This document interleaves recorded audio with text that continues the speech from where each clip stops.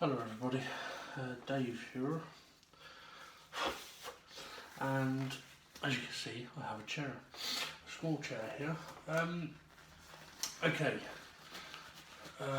on one of my other projects, the number plate for my brother, or the house plate for my brother, I don't know what, I really don't know what the fuck to call it, the sign, I mentioned about the lettering on this chair. And I think this one actually be the first proper video clip for this chair now, that is just specifically about this. And I wasn't going to do this yet, but to be honest, I need something to do, because I've been struggling a bit recently, so I need something to do. And also, I'm hoping that this is something that I can potentially finish over this weekend. Basically it's a Friday today, and I've pretty much got all day today. Now I'm still in the process of applying the last clear coats onto the sign, the house sign, but I've got to wait 8 hours to apply a second coat, so well, it's actually a third coat, but anyway, so I've got a long time to wait, so I've moved that out of the way and I decided I'd make a start on this. And I've been toying about with whether I should fill the lettering in with the resin first, or paint it and then fill the resin in. And I'm still kind of unsure, but the way I'm kind of approaching it is one of the reasons I'm doing this today is because I need something to do, that I want to do as well, not just stuff for other people, even though this is. But also, yeah, if I do the resin fill, I can't touch it for 24 hours, so I'd be stuck with nothing to do for at least 24 hours on this. So I'm going to go with painting it first, or at least painting as much of it as I can. Now I am going to need to clean it first, so I'm going to give it a bit of a sanding down, nothing major. It's got a couple of bits of drawing on it, which I was tempted, and in some areas I'm still tempted to carve out. I mean, for example, I really am thinking about doing this. I mean, I don't know who drew it on there. I don't know if you can see it. Might just be able to. But someone's drawn a circle there, and there's a heart here.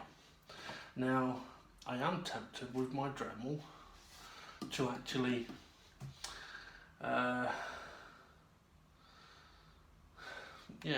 to make them a more permanent feature. But again, it then means it is more work. But I do kind of like the idea of there being that there. Now, I wouldn't necessarily look at cutting it all the way through, but maybe just doing the line and then filling that carved out bit with resin. So I'm going to have to kind of toy about with that idea, because what I would say is if I am going to do that, then I would want to do that before I fill this, so that when I come to fill this I can do this at the same time. But anyway, I'm going to make a start on this. Now this is plywood, so it's nothing particularly special, but what I will say is it's actually very good quality plywood. It isn't cheap shit. Now you can tell, as I've been taught, you can tell cheap quality plywood. I don't know if I could be able to show you with this because none of the pieces are big enough. Oh no. Yeah, none of them are. Excuse me. Yeah, but you can tell a cheap quality plywood because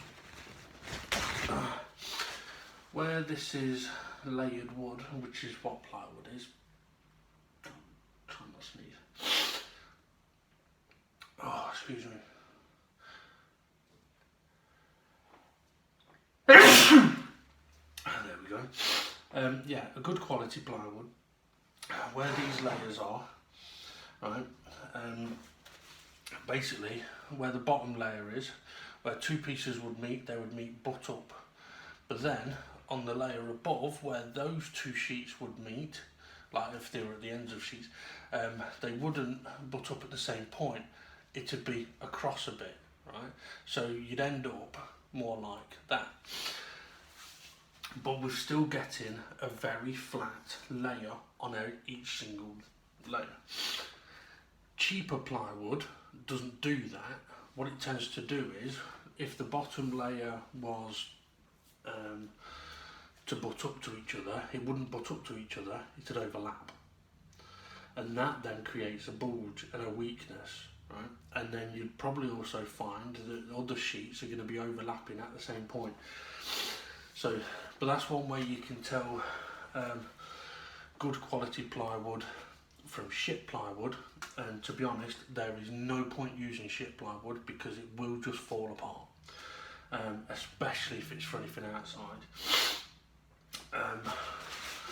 Some clear stain on there. Yeah, so there really is no point in pissing about with cheap plywood, but yeah, that's how you tell. Decent, butts up together on the layers. Shit overlaps when it joins together at the layers. So yeah, there you go. Right, I am going to make a start on cleaning this up, and while I'm doing that, I'll have a think about this, and I am going to pretty much fast forward all of the working process on this as well, just to try and keep those videos a little bit short, because I know that one of my nieces have been watching them, and she basically asked me, oh, how many bloody videos does it take to make a set of shelves? 115 is the answer. Could have done it in much fewer videos, but they would have been a lot longer, and I preferred to keep the videos a bit shorter. Anyway, I'm going to make a start on this.